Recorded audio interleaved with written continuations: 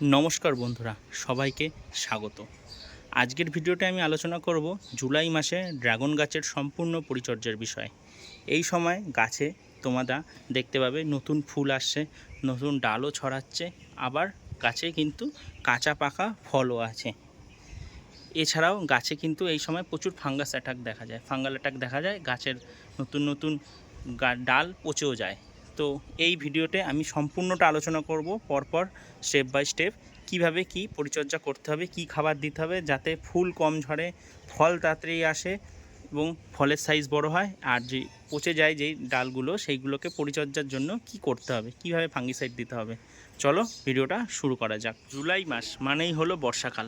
এই যে আকাশে কখনো মেঘ, কখনো বৃষ্টি, কখনো আকাশ পরিষ্কার।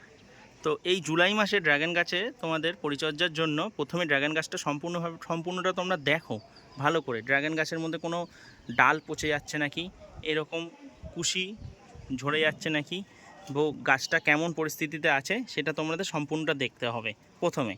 তারপরে কি করতে হবে সেটা আমি স্টেপ বাই স্টেপ বলছি। এই যে এরকম যদি কুশি থাকে, পচে যায় বা না দাঁড়ায়, তো এগুলোকে ঝরে ফেলে দাও হাত দিয়ে, এগুলো গোড়ায় দিয়ে দাও, গোড়ায় পচে সার হয়ে যাবে, ঠিক আছে। এছাড়াও এই জুলাই মাস যেহেতু বর্ষাকাল, গাছে কিন্তু জল দেওয়াটা একটু কন্ট্রোলে রাখতে হবে। যেহেতু যদি পুরো বর্ষার জল যদি তোমার গাছ প্রতিদিন পায় তাহলে কিন্তু গাছে একদম জল দেবে না, তাহলে কিন্তু গাছের গোড়া পচে যেতে পারে এবং গাছের গোড়া থেকে ফাঙ্গাল অ্যাটাক ধরতে পারে। যদি 2-3 দিন বৃষ্টি না হয় তাহলে একদিন তোমরা জল দিতে পারো, ঠিক আছে। এর বেশি জল দেবে না, নাহলে কিন্তু গাছের গোড়া পচে যাবে এবং গাছ ফল ধরবে না, গাছ নষ্ট হয়ে যাবে। তো জুলাই মাসের প্রথম কাজ হলো আমাদের এই গাছে গোড়ায় জল দেওয়াটা কন্ট্রোল করতে হবে। আর দ্বিতীয় কাজ হলো গাছের গোড়ায় যেন কোনোভাবেই আগাছা না জন্মায়। তোমরা আমার ছাদ দেখতে পারো, দেখো আমার ছাদ বাগানে একটাও আগাছা নেই, ঠিক আছে। এইগুলো কিন্তু সব আগাছা না, এবার কিছুটা আছে, এগুলো পরিষ্কার করে দেবো। একদম গোড়ায় যেন আগাছা না জন্মায়। বর্ষাতে এই একটা সমস্যায় দেখো আমি কিন্তু সব আগাছা মুক্ত করে দিয়েছি অলরেডি। হ্যাঁ, গোড়ায় কিন্তু কোনোভাবেই যেন আগাছা না জন্মায়। এই যে দেখতে পাবে, এই যে একটা গাছ আছে, আমি তুলে এর ভেতরে দিয়ে দিলাম, এ পচে যাবে। এই একটু আগাছা আছে, বর্ষাতে এই একটা সমস্যা, যতই পরিষ্কার করো না কারণ আগাছা জন্মাবেই। এগুলোকে একটু পরিষ্কার করে দিতে হবে। গাছের গোড়ায় কোনোভাবেই যেন আগাছা না জন্মায়। হ্যাঁ, আগাছা জন্মালেই কিন্তু গাছে এক হলো খাদ্যের ভাগ নিয়ে নেবে, আর দ্বিতীয়টা হলো এইখান থেকে পচে যেতে পারে, পচে গিয়ে কিন্তু গাছের গোড়া পচে যেতে পারে। তো সুতরাং এই দুটো জিনিস প্রথমেই খেয়াল রাখবে যে এই জুলাই মাসে জুলাই মাসে কী করতে হবে। তার মধ্যে প্রথম হলো গাছে জল দেওয়া কন্ট্রোল তোমাদের করতেই হবে, আর দ্বিতীয়টা হলো গাছের গোড়ায় যেন কোনোভাবে আগাছা না জন্মায়, গাছের গোড়া যেন পরিষ্কার রাখতে হবে। তোমাদের সঙ্গে ভিডিও করতে করতে হঠাৎ করে আবার বৃষ্টি নেমে গেল। এই দেখো বৃষ্টির জল, এই যে বৃষ্টি কিন্তু পড়ছে। হ্যাঁ, আমাকে আবার ছাদের তলায় শেডের নিচে আসতে হলো, এই যে শেডের নিচে আসতে হলো। এই হলো এই জুলাই মাসে কখনো মেঘ কখনো বৃষ্টি, দেখো তার প্র্যাকটিক্যাল। দেখো আবার বৃষ্টি চলে আসলো, ঝিরিঝিরি বৃষ্টি চলে আসলো। এবার এই বৃষ্টির মধ্যেই কিন্তু কীভাবে তোমাদের ড্রাগন গাছকে যত্ন নিতে হবে সেটাই আমি বলছি পরপর করে। ড্রাগন গাছে প্রচুর পরিমাণের পুষ্টির প্রয়োজন হয়। তার কারণ হলো এই যে একটা গাছে দেখো এই যে ফল, আবার এই দেখো ছোট ছোট ফুল, আবার একটা বড় ফুল, ঠিক আছে, আবার নতুন ডালও ছাড়ে। তো নতুন ডাল এখন নেওয়া যাবে না, যেখানেই নতুন ডাল একটু করে বেরোবে।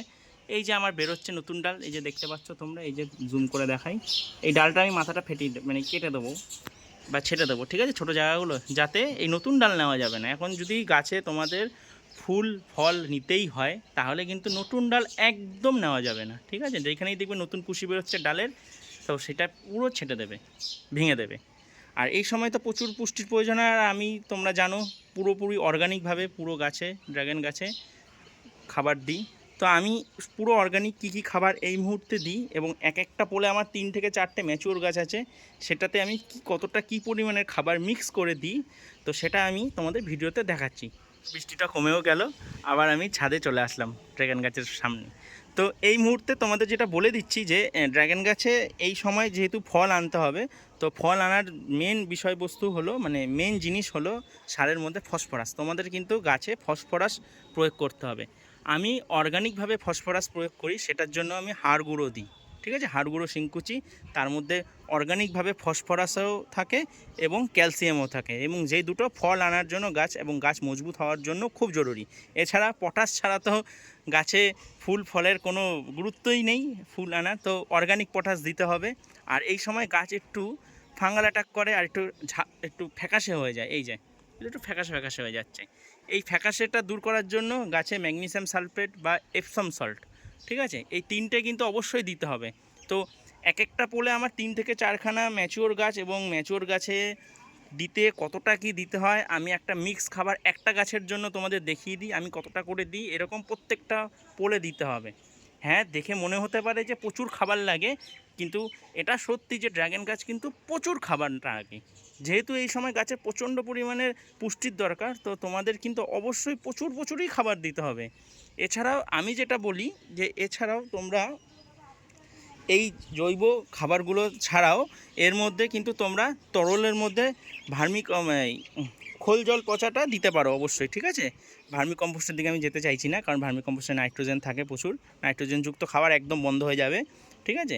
এই সময় একটু খোল জল হালকা করে দিতে পারো ওভারঅল গাছে, ঠিক আছে। তাহলে এটা মোটামুটি 15 দিন, মাসে 2বার দিতে পারো, 15 দিন অন্তর অন্তর, কিন্তু এটা বেশি দেওয়া যাবে না। আর একটা জিনিস বলবো, ওএসডি কম্পোজার। তো ওএসডি কম্পোজারটা পচিয়ে যে জল বানাতে হয়, তো সেই জলটা তোমরা কিন্তু প্রতি সপ্তাহে দাও। আমি কিন্তু প্রতি সপ্তাহে দিই, অল্প পরিমাণের হলেও প্রতি সপ্তাহে দিই। যেই ওএসডি কম্পোজারের মধ্যে থাকে প্রচুর পরিমাণে গুড ব্যাকটেরিয়া, যেগুলো গাছে যেই যে তোমরা যে খাবারগুলো দেবো আমি, সেই খাবারগুলোকে মাটির সঙ্গে পচিয়ে এবং ভালো করে আরও উন্নত মানের খাবারটা তৈরি করতে সাহায্য করে, এবং গাছের রোগ প্রতিরোধ ক্ষমতাও বাড়ায়, সাথে গাছে ফুল ফল আনে। তো ওএসডি কম্পোজার নিয়ে আমি একটা আলাদাভাবে ভিডিও বানাবো, তো সেই ভিডিওটাতে আমি দেখাবো কিভাবে ওএসডি কম্পোজার বানাতে হয় পচিয়ে, ঠিক আছে। আর তোমরা যারা আমার বাড়ির কাছ থেকে দেখো আমার ভিডিও, তো তারা আমার থেকে ওএসডি কম্পোজার নিয়ে যেতে পারো, একটু তরল, এটা কালচারের মাধ্যমে হয়। তো আমি সেই ভিডিওতে সম্পূর্ণটা আলোচনা করব, ওএসডি কম্পোজার কীভাবে বানাতে হয়, কীভাবে প্রয়োগ করতে হয়, এবং সমস্ত গাছে দেওয়া যায়, এবং এটা কিন্তু খুব ভালো একটা জিনিস গাছের জন্য। তো চলো দেখাই তোমাদের যে কতটা কী পরিমাণের খাবার দিই আমি এক একটা পোলের জন্য। এই যে হাড় গুঁড়ো শিংকুচি, organic potash with humic acid, আর একটু নিমখোল, ঠিক আছে। আর এই যে এপসম সল্ট, ওইটার মধ্যে অনেকটা আছে, এটার মধ্যে অল্প একটুখানি আছে এপসম সল্ট, ম্যাগনেসিয়াম সালফেট। তো আমি দেখেই দিই তোমাদের কীভাবে পরিমাণে নিই। আমি এই বালতিটার মধ্যে নিচ্ছি, পরিমাণটা তোমরা বুঝে যাবে এক একটা পোলের জন্য, যেখানে 3 থেকে 4টে আছে। এই যে এটা হলো হাড় গুঁড়ো, এটা এতটা পরিমাণে নেবে হাতে,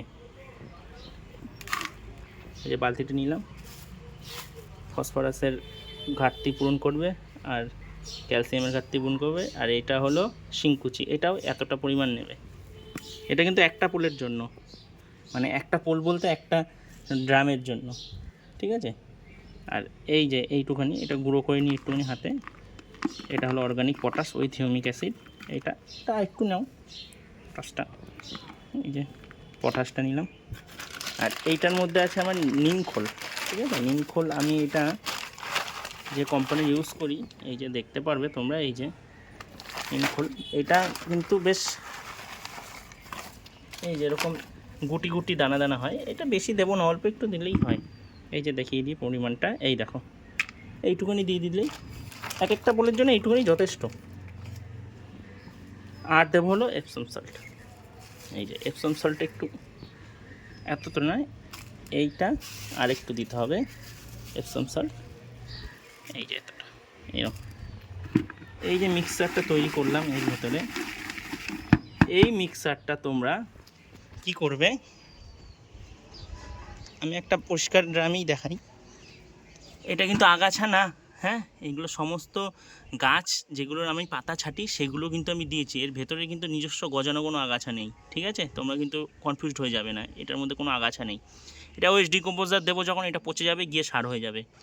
তো এর চারিদিকে এইভাবে একটুখানি মাটিটা খুঁড়ে নেবে, খুঁড়ে নিয়ে এই যে এই মিক্সারটা একটা পোলের জন্য, কিন্তু 2টো পোলের জন্য না, এরকম প্রত্যেকটাতে তোমরা প্রত্যেকটা আলাদা আলাদা পোল বলতে এক একটা ড্রামে, তো তোমাদের যারা পোল করো তো তার পোলে এইভাবেই কিন্তু তোমাদের এই মিক্স সারটা দিতে হবে, ঠিক আছে, তো করতেই তোমাদের মানে দেখালাম, প্র্যাকটিক্যালি একটা জিনিস দেখাতে চাই, যেটা হলো এই বর্ষাতে কিন্তু ফাঙ্গাল অ্যাটাক হয়।